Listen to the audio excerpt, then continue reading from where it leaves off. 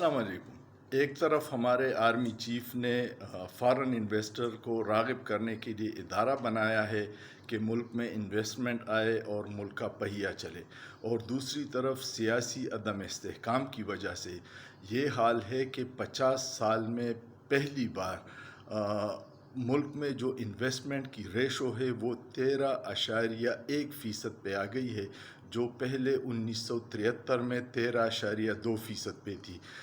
क्योंकि इन्वेस्टर्स कोई पागल नहीं है जिस मुल्क में अमन व अमान की सूरत हाल इतनी बिगड़ी हुई हो कि मुल्क के दारुल खिलाफा में ही जड़े लोगों पे हमले करे और 2-3 दिन तक उसको गिरफ़्तार भी नहीं किया जा सके।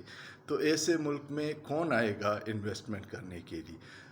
अदम इस्तेहकाम और एक पार्टी को दीवार से लगाने के नताइज अब सामने आ रहे हैं कि कोई इन्वेस्टर यहाँ नहीं आ रहा।